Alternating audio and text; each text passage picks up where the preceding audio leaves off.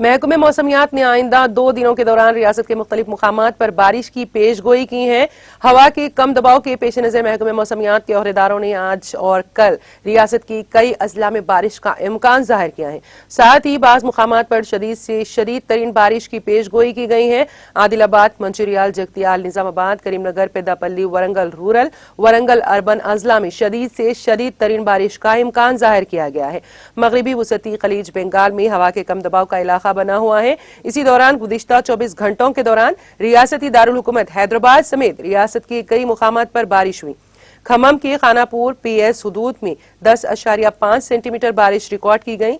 पलेगौड़म में 9.3 सेंटीमीटर बारिश रिकॉर्ड की गई।